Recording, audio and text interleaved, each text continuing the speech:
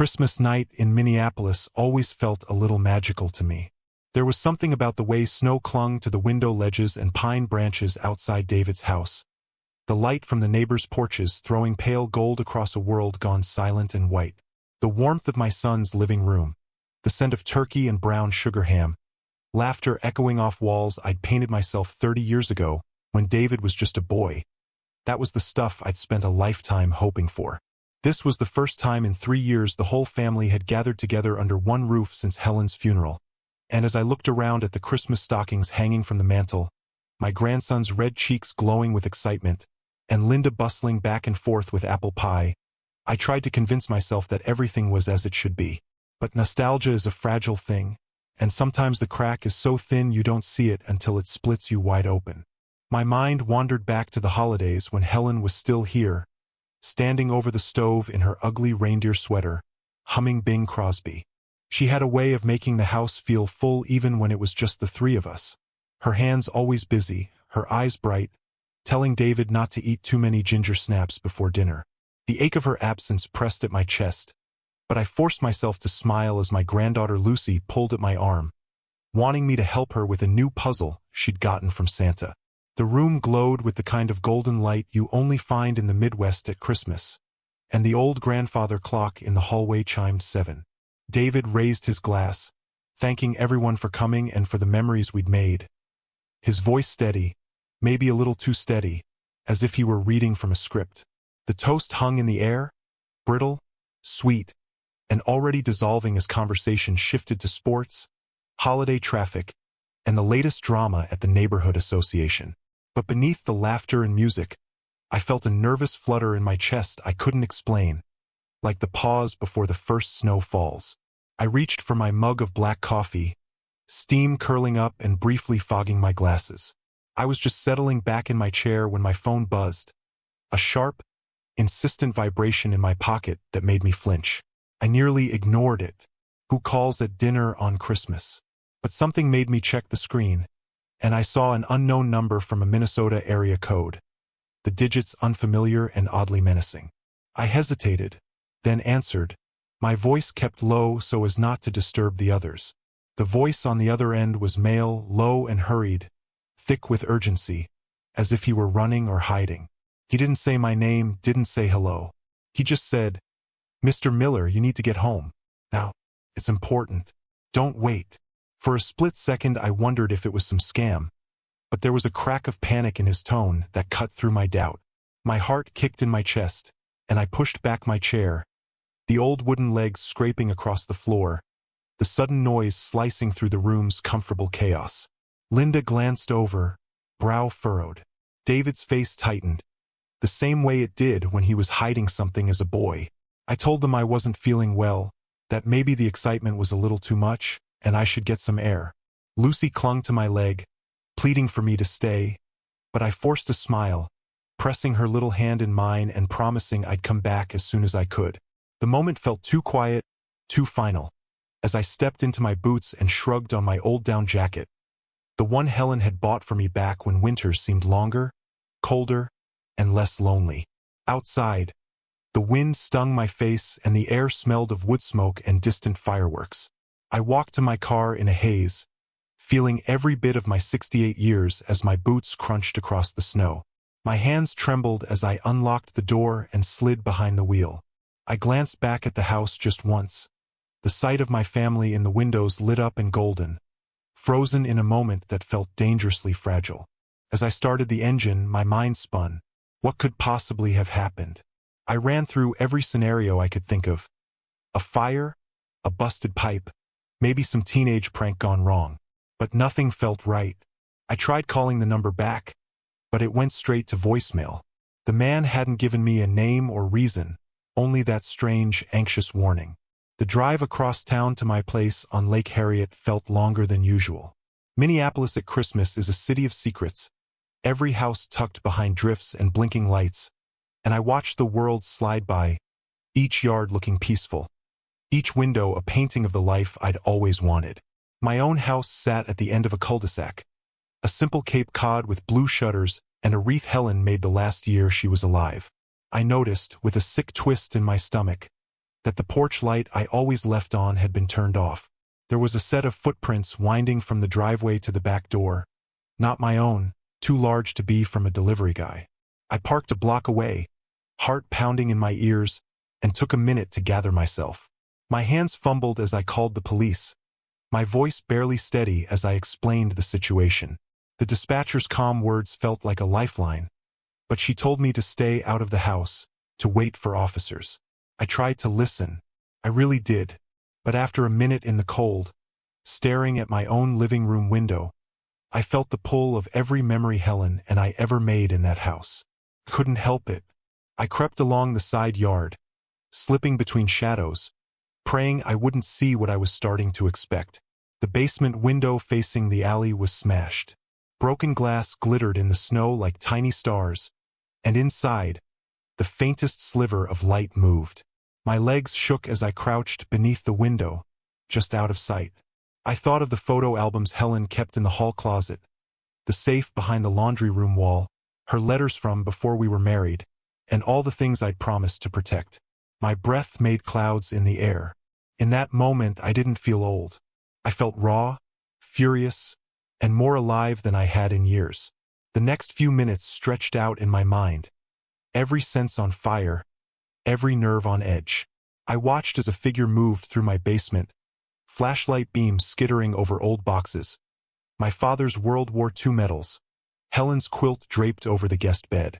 I pressed myself flat against the icy brick and tried not to make a sound. The memory of Helen telling me to be careful, Richard. Not everything is worth fighting for, flashed through my mind. But she was wrong. Some things are. That voice on the phone still rang in my ears, and as I waited for the police, I realized with a terrible clarity that my life, my family, maybe everything I thought I knew, was about to split wide open. The world I'd fought to keep together for so many decades, the traditions I'd clung to, the promises I'd made to my wife and son and granddaughter, all hung in the balance. The snow continued to fall, silent and unbothered, and in that moment, I wondered if anything would ever feel safe again. I never expected that the real danger would come from someone I trusted, someone I loved. I never thought that Christmas, the day meant for forgiveness and coming home, would be the night everything shattered. As I crouched there, breath freezing in the night, waiting for whatever would come next, a strange calm settled over me. Whatever secrets hid behind that broken window, whatever truths I was about to face, I knew one thing. I wouldn't run. Couldn't. Too much had already been lost. I braced myself for the moment the police would arrive, for the confrontation waiting inside, for the answers I desperately needed but was afraid to hear. My phone buzzed again, and this time, seeing David's name on the screen, I hesitated. Should I answer? Should I trust him? Should I trust anyone? Everything I believed about family, about love, about loyalty, flickered like the Christmas lights across the street, threatening to go out for good.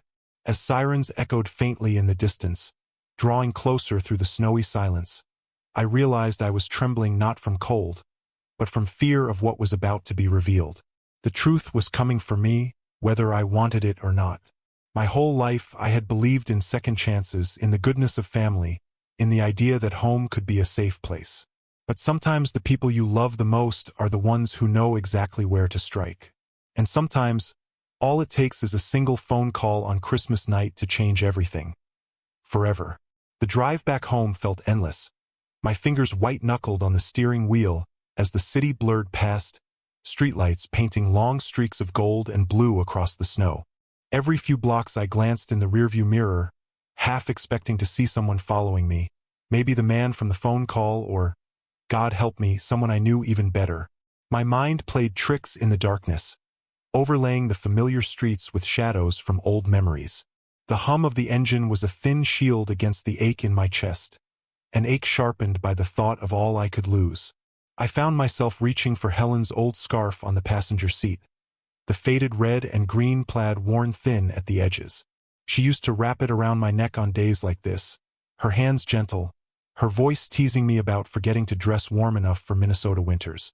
The smell of her perfume lingered, something light and floral that reminded me of the years when love was new and everything felt possible. I drove by the old North Loop apartment where we first lived after getting married. The bricks still stained with city soot, the neon sign from the diner Helen waitress at still buzzing in the window. We were just kids back then, making plans on credit, eating takeout pizza by candlelight because the power bill was always a few days late.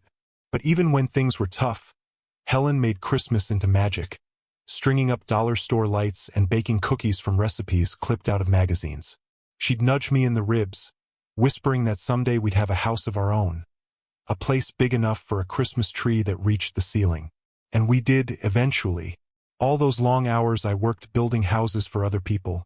She worked right beside me, grading essays late into the night, stashing away every extra penny. She started buying Ford stock in the 90s, back when the company was down and everyone called her foolish. She said it was her way of believing in the future. David was just a boy then, running around with a wooden sword, pretending to be a knight, begging me to take him sledding on the hill behind the Target store. I thought I was building all this for him. I thought it would be enough.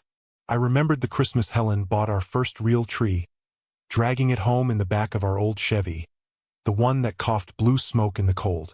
She let David toss the tinsel and hang every ornament crooked, her laughter filling every corner of the room. She had a way of making holidays sacred, not because of presents or big meals, but because she never let us forget that love was work, not magic. Every year she wrote each of us a letter on Christmas Eve, a tradition that seemed silly at the time, but now those letters are the only proof I have that once, a long time ago, we were truly a family. I kept them all in a box in the hall closet, along with every picture she ever took of David with frosting on his face or mud on his jeans. There are days I wish I'd told her how much those little things mattered, how much she held us together when everything else threatened to pull us apart. Since she's been gone, the house feels too quiet, too big. Even with Lucy visiting on weekends, even when David tries to act like we're all still a team. Tonight, every corner of the house seemed to flicker with ghosts. I remembered Helen standing at the stove, apron tied crooked, teaching Lucy to measure flour with her hands. I saw David at 12, sulking in the living room after his first real fight with a friend. Helen slipping him a warm cookie and a few soft words, her way of reminding us that mistakes didn't define us. I remembered promising her in the hospital, just weeks before she died, that I'd keep the family together, that I'd make sure David and Lucy always had a place to come home to. The promise tasted like ashes now, brittle and empty as I pulled into the driveway and killed the engine. My hands shook as I sat there, staring at the porch light, still off. The house seemed to shrink into itself, every window dark, every shadow too deep. There was a time when I believed my job as a father ended when David turned 18, when he left for college in Madison and started a life of his own. But that's not how it works, not really. The truth is, the older you get, the more you realize how much you're needed, not for money or advice, but for stability, for memory, for the glue that holds generations together. Helen understood that. She lived it. I wish I'd learned it sooner. I wish I'd seen the cracks before they became chasms. I found myself thinking about the day Helen convinced me to invest in the house by Lake Harriet, a decision that felt impossible at the time. We had nothing, barely enough for the down payment, but she insisted, her optimism unshakable. She wanted a backyard for David, room for a garden, space to grow old together. She got her wish. The house became our world. Every scratch in the floor a story, every wall a canvas for family history.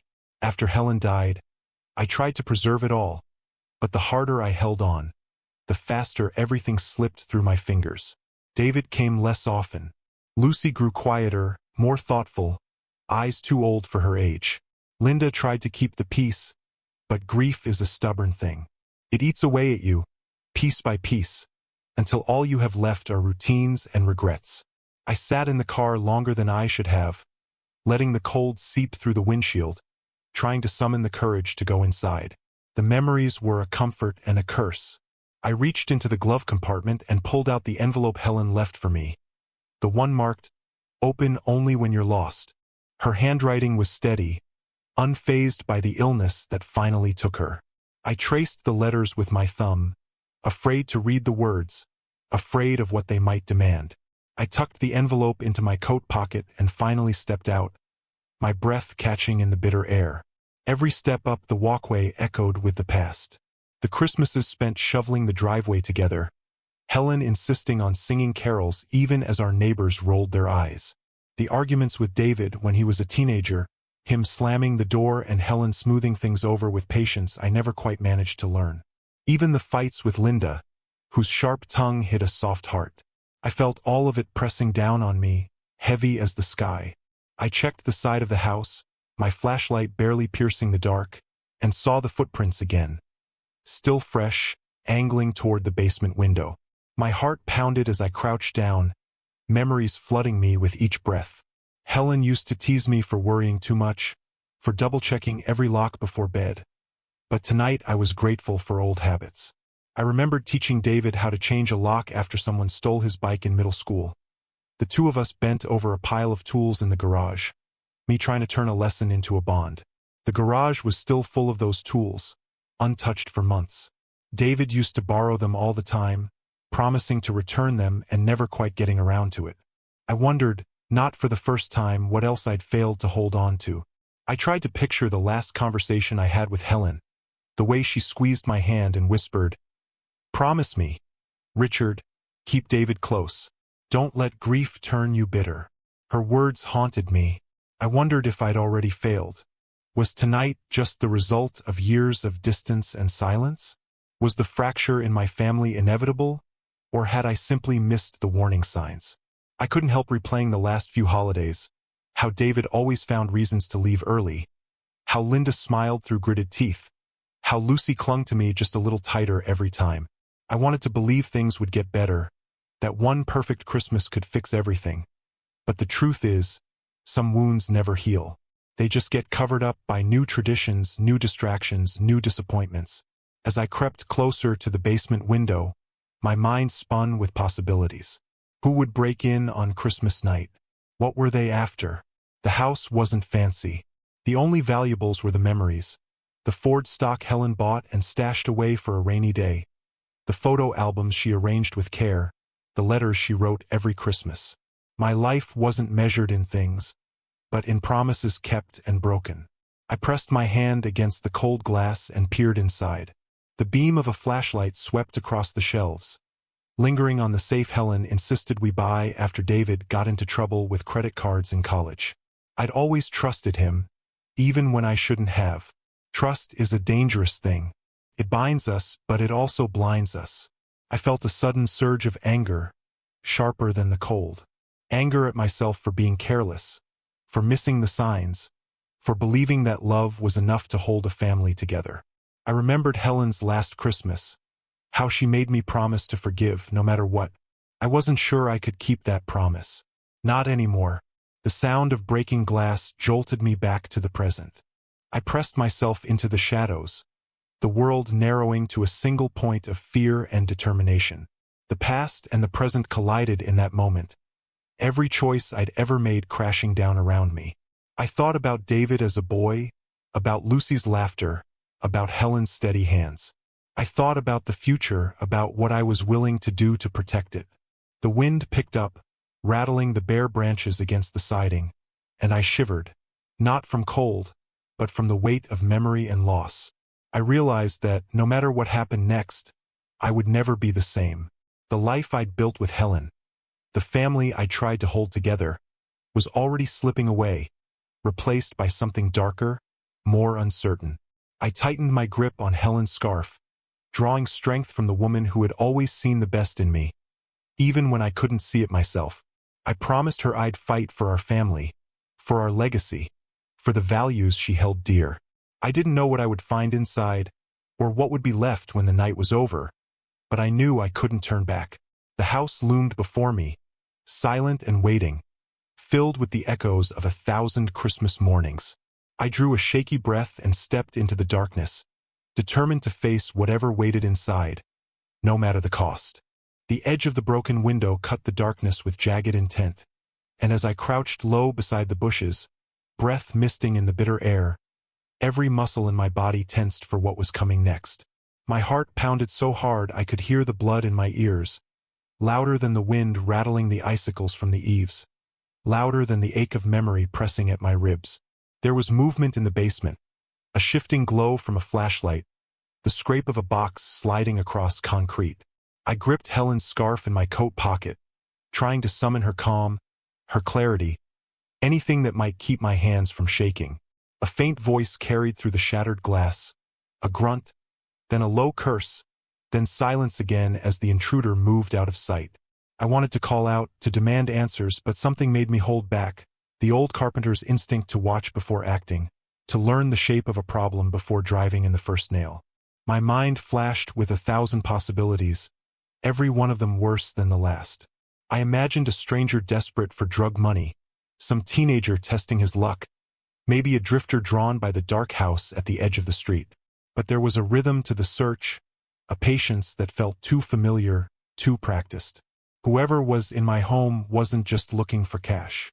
They knew exactly what to look for. I crept along the back wall, boots crunching in the snow, every step a risk.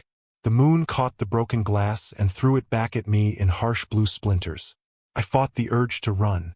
I wanted so badly to run, to leave all of this behind and pretend none of it was happening.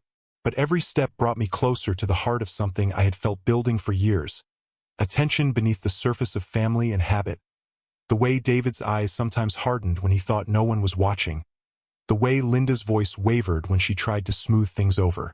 I pressed myself flat beneath the sill and listened. Inside, the light swept past the shelves where Helen kept the Christmas decorations, boxes marked with her looping handwriting. My throat tightened as the beam landed on the old safe, hidden behind coats and Helen's favorite winter boots.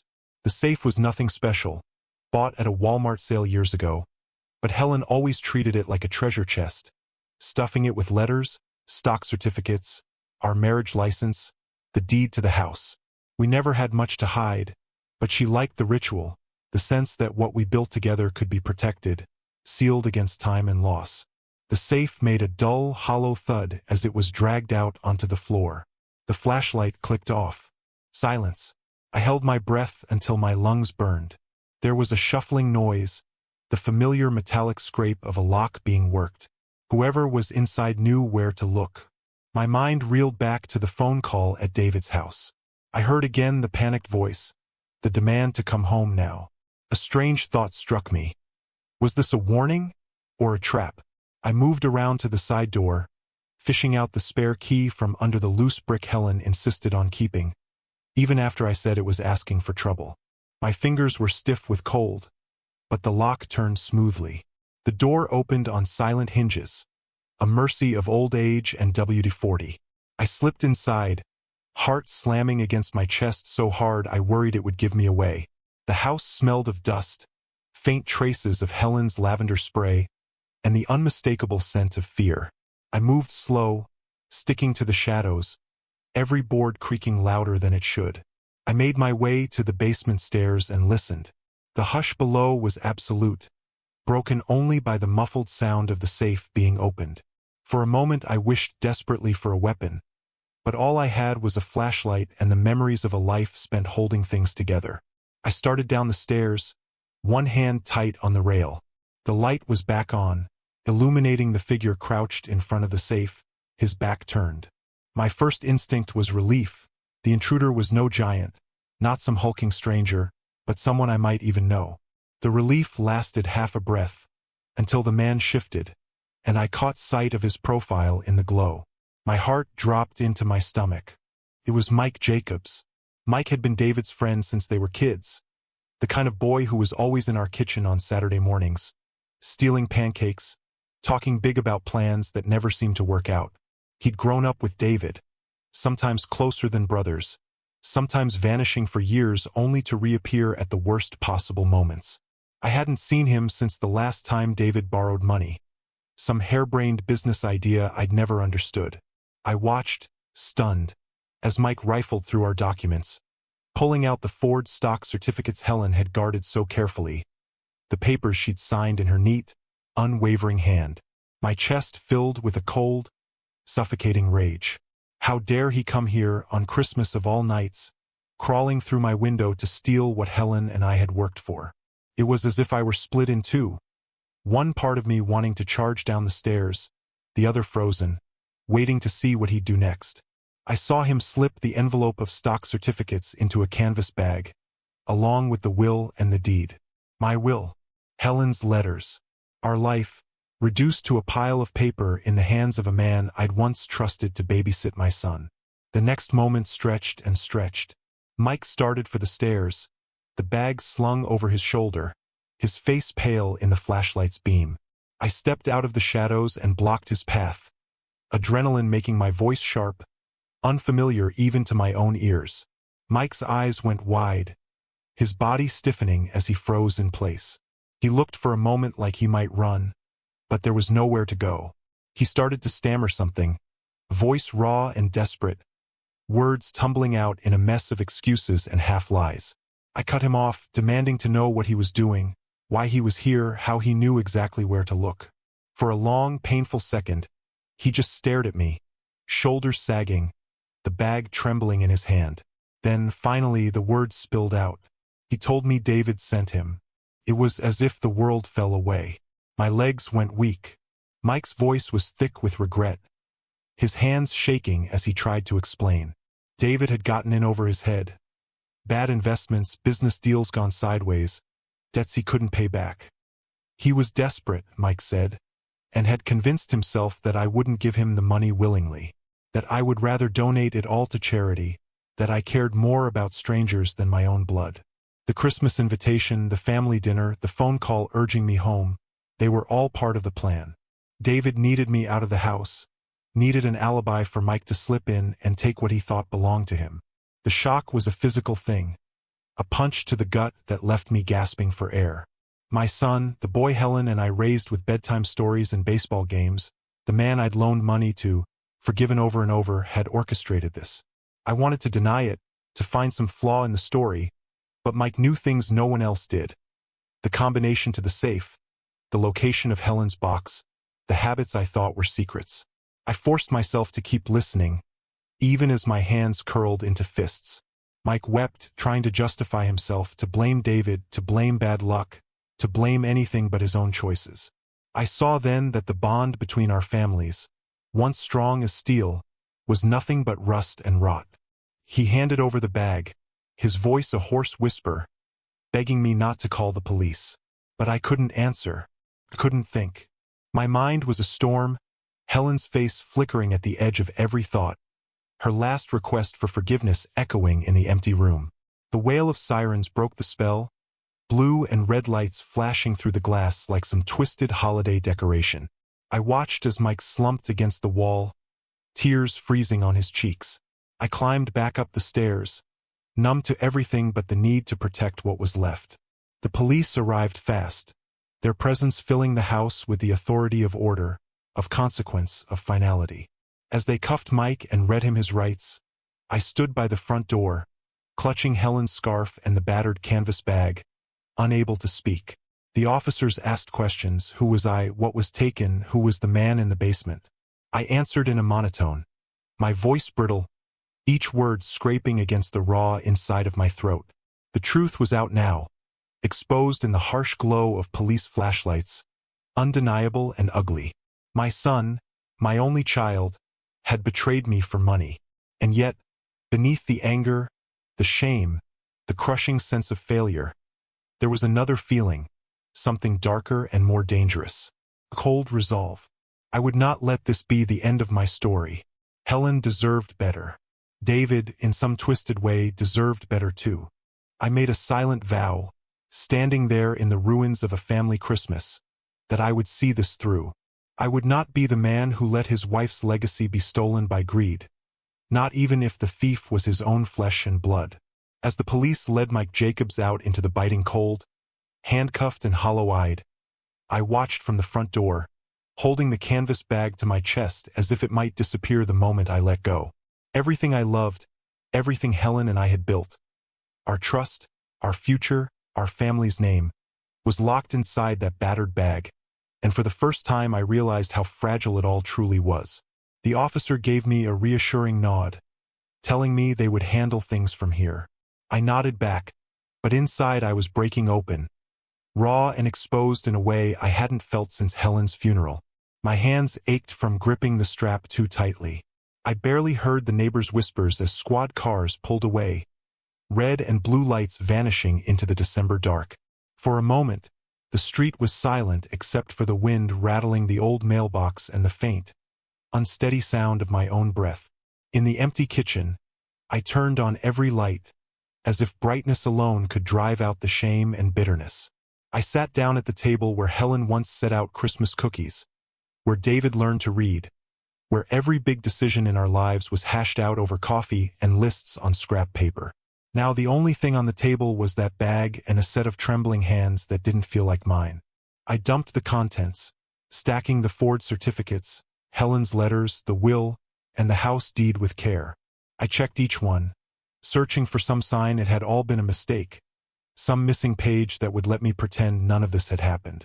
But there it all was, the sum of my life reduced to paper and signatures and the echo of trust betrayed. The rage came first, white-hot and blinding, but it was quickly overtaken by a cold, calculated focus that surprised even me. I was an old man now, but years building houses had taught me that sometimes you had to tear things down before you could make them strong again.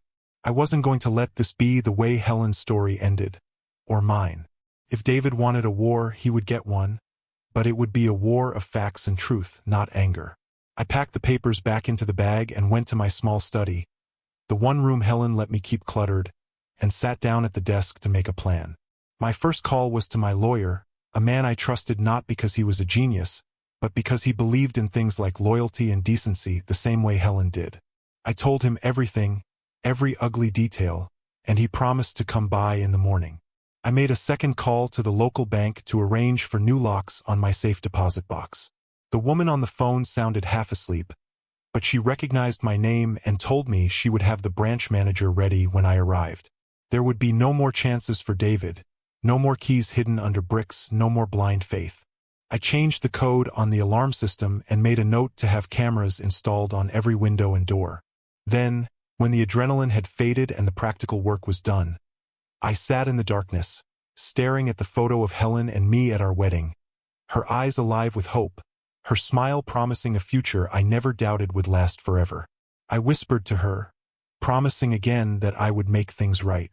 I felt her absence like a wound, old but still bleeding, and I wondered if she would forgive me for what I knew I had to do next. The next morning, as the sky turned from black to a reluctant gray, I brewed coffee and watched the sun climb behind the bare branches outside. I set out Helen's favorite mug, the one with the faded cardinal on the side, and waited for the house to come to life again. When the doorbell finally rang, it was my lawyer, briefcase in hand, his breath steaming in the air as he stepped inside. We spread out the papers on the kitchen table and talked for hours, laying out the facts with surgical precision. I told him I wanted to revise my will immediately, strip David of any claim to the Ford shares, the house, the savings, everything. I would set up a scholarship in Helen's name, fund the veterans program she volunteered at, donate to the Minneapolis public library system she loved. My lawyer nodded, grim and respectful, asking questions, filling in blanks, guiding me through the process without judgment. When he left, I packed the new documents into a fireproof lockbox and stashed it in my car, ready for the bank appointment. I could have called Linda or even David, but I needed to look them in the eye. I needed to see the truth for myself, not just in words, but in the way they would react when there was no hiding anymore. I drove to David's house just after lunch, the city thawing in the weak winter sunlight. The street was quiet, every driveway filled with cars and every window glowing with leftover holiday warmth. Linda answered the door, still wearing her Christmas sweater, her face brightening for just a second before falling as she took in my expression. Lucy came running, arms open, but I couldn't hold her. Not yet. Not until the truth had been spoken. David stood behind them, looking small and cornered, his eyes darting from me to the bag in my hands. I asked them to sit at the table, the same table where we'd eaten Christmas dinner, and laid out the papers with slow, deliberate care. Linda tried to speak, but I raised a hand to stop her. I wanted every word to land, every secret to die in daylight. I explained what happened, what Mike had done, what David had asked him to do.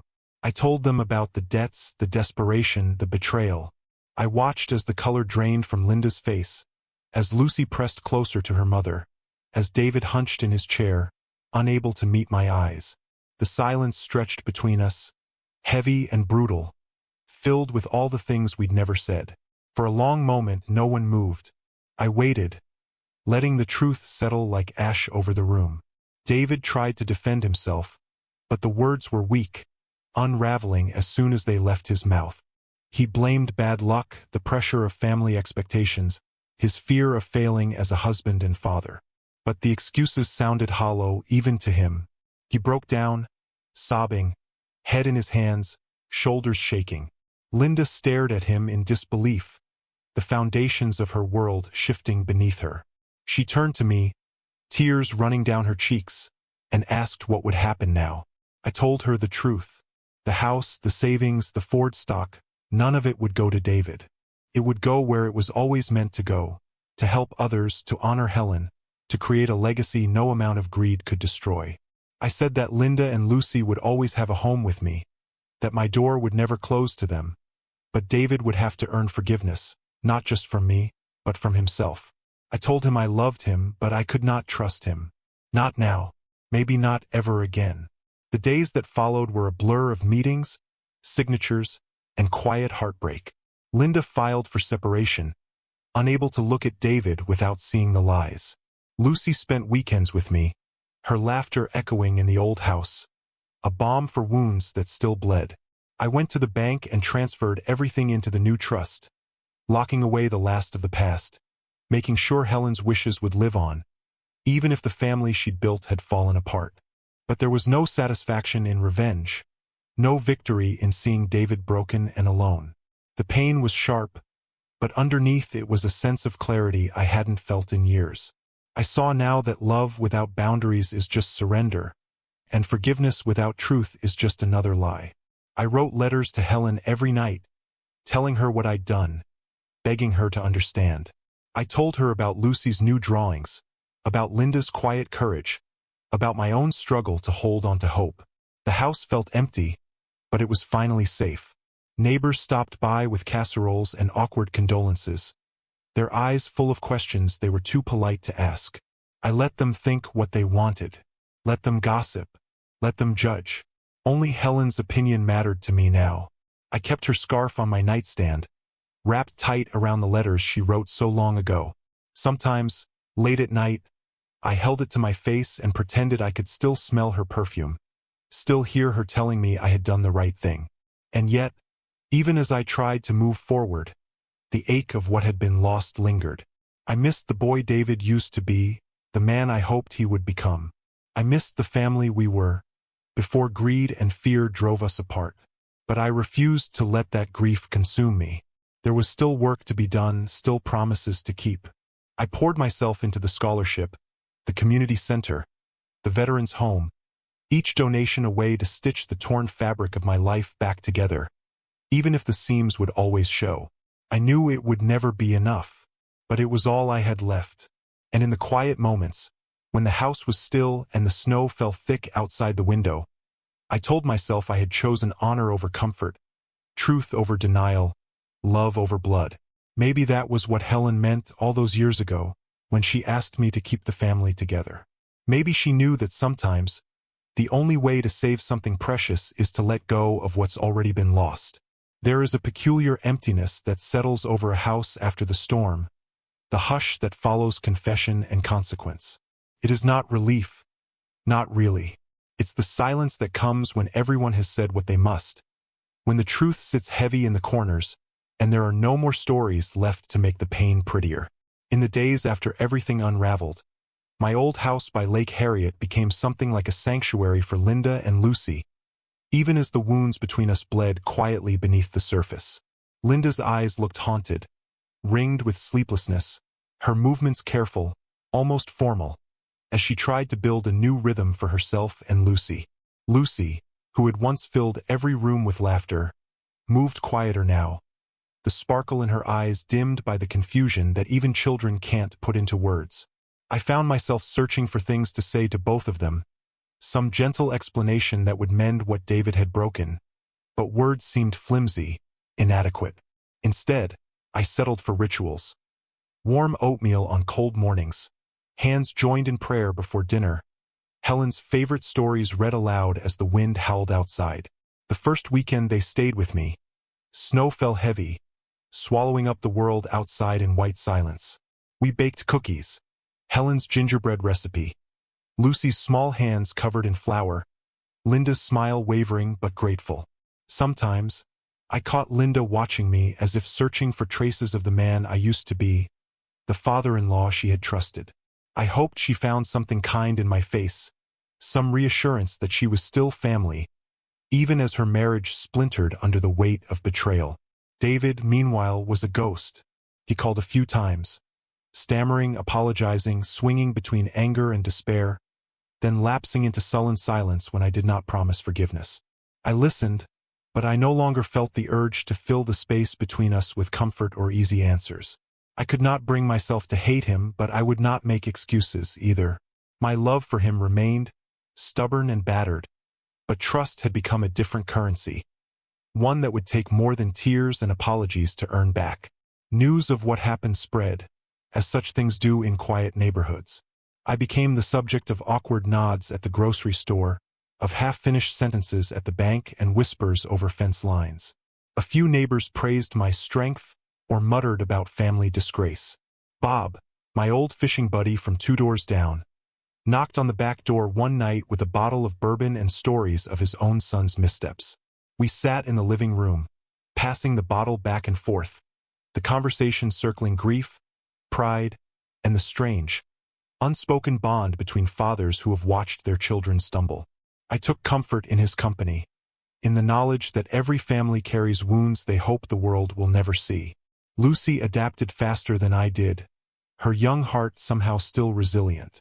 She began asking about Helen, begging for the stories that had once comforted David when he was her age.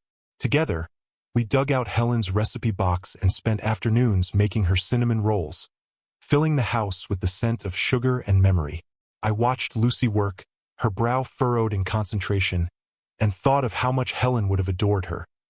The softness in her voice, the defiant tilt of her chin, the stubborn way she insisted on doing everything herself.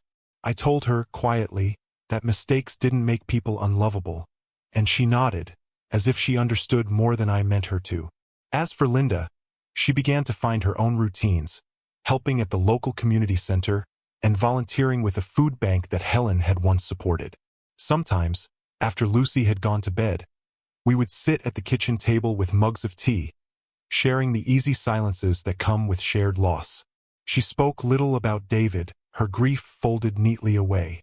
She worried most for Lucy, how the world would judge her daughter for the sins of her father. I promised her, in those quiet hours, that my door would never close to either of them, that whatever shape our family took from here on out, they would always have a home. Meanwhile, David's life unraveled in public. His business went under, investors pulled out, and the word embezzlement began to circle among his former partners. I knew he was staying with an old college friend on the other side of the city, scraping together what dignity he could. For all his faults, I knew the shame must have been a living thing, following him from room to room. The part of me that remembered him as a boy wanted to reach out, to tell him he could start again, but I understood now that some lessons must be learned alone. Every so often, I'd get a short message from him, never asking for money, only news of Lucy, sometimes Helen, never about me. Winter wore on, the air sharp with the promise of a spring that seemed impossibly far away. I poured myself into the scholarship fund, working with my lawyer and the trustees at the local college to establish the Helen Miller Memorial Scholarship, dedicated to students from families like ours, families who had lost much but refused to give up hope. I wrote a letter to the city council, donating part of my savings to help fund a new library wing in Helen's name. Each step was a stitch, clumsy and painful, but it helped bind the torn places in my heart, if only a little. With each act of giving, I thought of Helen and what she would have wanted, how she believed that the only way to fight darkness was with 1,000 small lights, each one ignited by courage and grace. There were moments, late at night, when I almost felt her beside me again, her hand resting on mine, her voice gentle as she reminded me that love, real love, endures beyond betrayal. I made time for my own healing, too.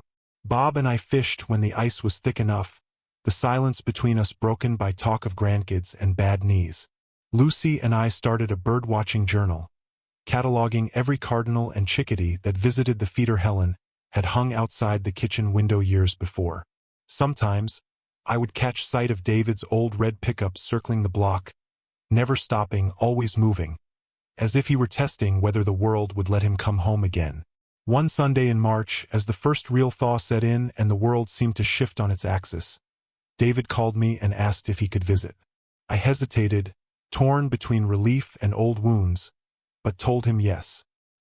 He arrived that afternoon, thinner than I remembered, his face shadowed but his eyes clear in a way I hadn't seen since he was a boy. He apologized, not with excuses, not with pleas, but with a kind of honesty that hurt to hear. He told me he had started attending counseling, that he wanted to make things right with Linda and Lucy, that he understood now the true cost of his actions. He didn't ask for forgiveness. He only asked for a chance to prove he was still my son. I let him in, not because I had forgotten the pain, but because Helen had taught me long ago that love means opening the door, even when it hurts. We sat in the living room, watching Lucy play in the snow, the silence between us fragile but full of possibility. I told him he would have to work to rebuild what he had broken, that trust was not a gift but something earned, day by day.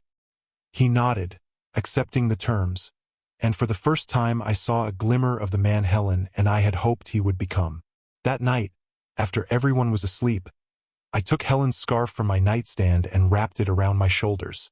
I stood by the window, watching the snow melt into rivers that would feed the lake, and thought of all the ways love can fracture and heal, of all the stories that end in darkness only to begin again in morning light. No family is perfect. No legacy is without scars.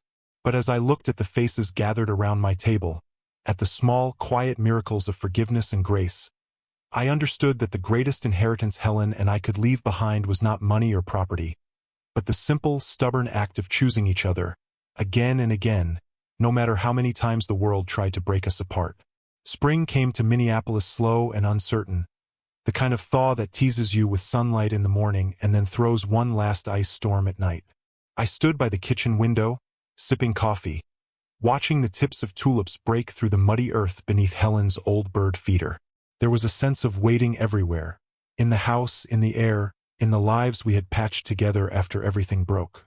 But it was not just waiting for the weather to change. It was waiting for the first signs that forgiveness might take root, that love could survive the bitter frost of betrayal. Linda had found a small apartment nearby, bright and tidy, decorated with thrifted furniture and Lucy's crayon drawings taped to the fridge. She visited often, sometimes dropping Lucy off on her way to the community center or coming for dinner on her days off. The house felt less empty with Lucy's laughter echoing down the hallway, her questions about Helen and about the past never ending. I answered as honestly as I could, not hiding the hurt, but not letting it swallow us whole either. There were nights I sat at my desk, Helen's scarf draped around my neck, and wrote her letters I'd never send, telling her about Lucy's first piano recital, about Linda's quiet resilience, about the new scholarship bearing her name. David's journey was slower, more complicated. We saw each other, but the space between us had grown into something alive, a shadow of everything unsaid, every wound still healing. He came for Sunday dinner a few times, hands shoved deep in his pockets, eyes cautious, never staying long. Each visit was a test for both of us. I watched him with Lucy, saw the careful hope in his face, and wondered if it was possible to truly begin again. I kept my words measured, refusing to give him the comfort of easy absolution, but not slamming the door either. Forgiveness, I'd learned, is a slow thaw and some winters run long. One Saturday in late April, the three of us sat together in the backyard, the smell of fresh grass and charcoal rising on the breeze. Linda had brought potato salad, Lucy was building a fort from sticks, and David hovered at the edge, as if uncertain whether he was still welcome. The air between us hummed with the memory of all we'd lost and everything we might still build. When the sun slipped behind the neighbor's oak tree, Linda went inside for lemonade and Lucy ran to show me a feather she'd found. David lingered beside me, silent, until the words finally came. He told me he was working 2 jobs, paying back every debt, and seeing a counselor twice a week. He wanted me to know he had changed. Not for me, but for Lucy, for Linda, for himself. There was a moment, there in the twilight, when I almost reached out to hug him, but old habits die hard. Instead, I told him I was proud of the work he was doing, that Helen would have been proud too. The words landed softly between us, fragile and honest. He nodded, eyes shining, and for a moment, I glimpsed the boy he'd once been. The one who begged me for one more push on the swing. The one who clung to Helen's hand at church. The one who believed his father could fix anything. I realized, suddenly, that this was how forgiveness works. Not as a flood that washes everything clean, but as a river that carves new shapes through the landscape. Slow, patient, unstoppable. Lucy began spending more weekends at the house, filling the rooms with music and questions, and the sweet smell of pancakes on Saturday mornings. She brought home drawings for the fridge, pictures of birds and families, and once, in bright green marker, a picture of her father and me, standing together under a crooked sun. Linda's visits grew easier, the conversation lighter. She started seeing someone new, a gentle, bookish man named Mark who loved jazz and didn't mind that Linda's past came with sharp edges. I watched her begin to trust again, to laugh in a way that was freer, less burdened. I realized Helen would have liked him, the way he made room for Lucy, the way he listened.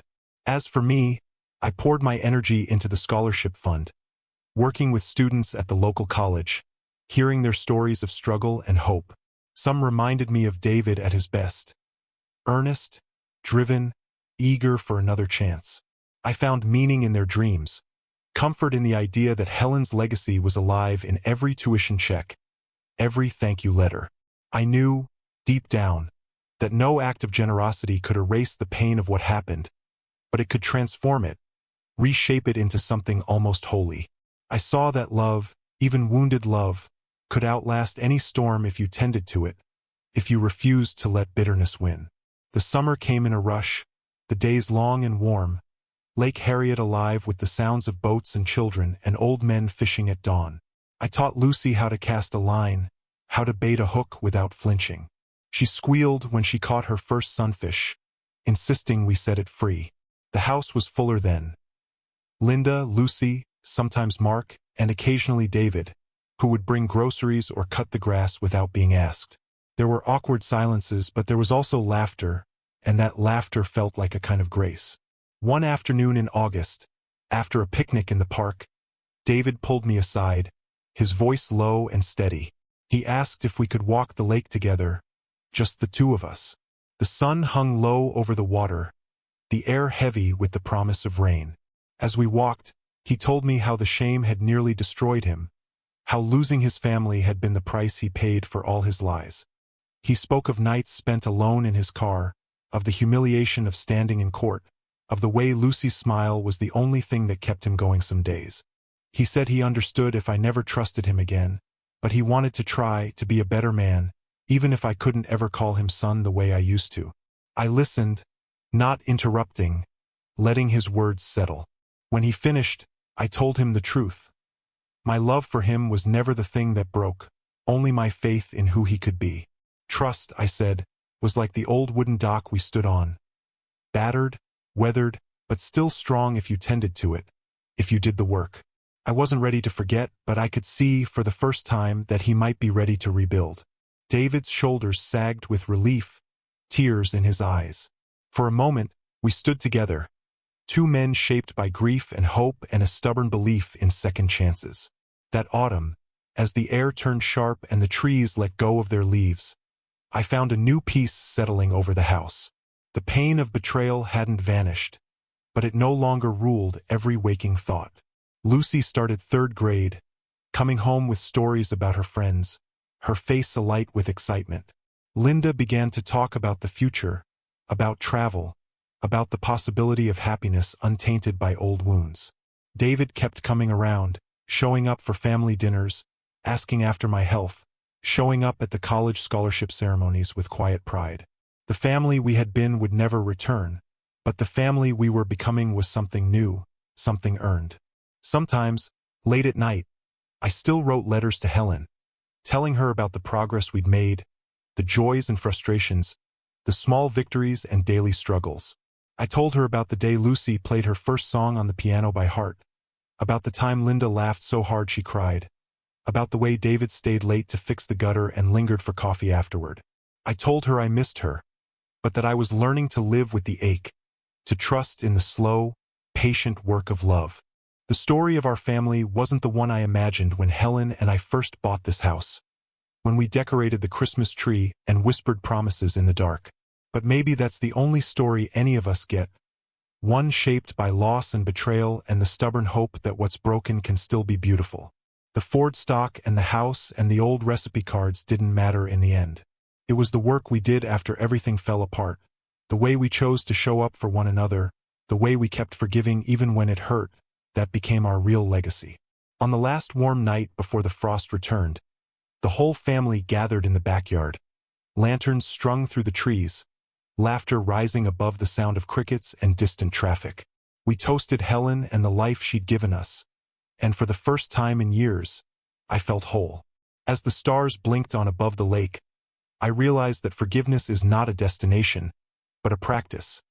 A choice you make every day, a promise you keep, even when the world offers you 1,000 reasons to give up. That night, after everyone had gone, I stood on the porch alone, Helen's scarf around my neck, and looked out at the lake. The water was calm, the sky full of possibility. I breathed in the cool air and felt, finally, the quiet satisfaction that comes from keeping a promise, from loving deeply, from surviving all the winters of the heart. I knew tomorrow would bring new challenges, new grief, new joy, but I was ready, at last, to face whatever came next, with hope, with gratitude, and with the unshakable knowledge that even the deepest wounds can heal, if you let them.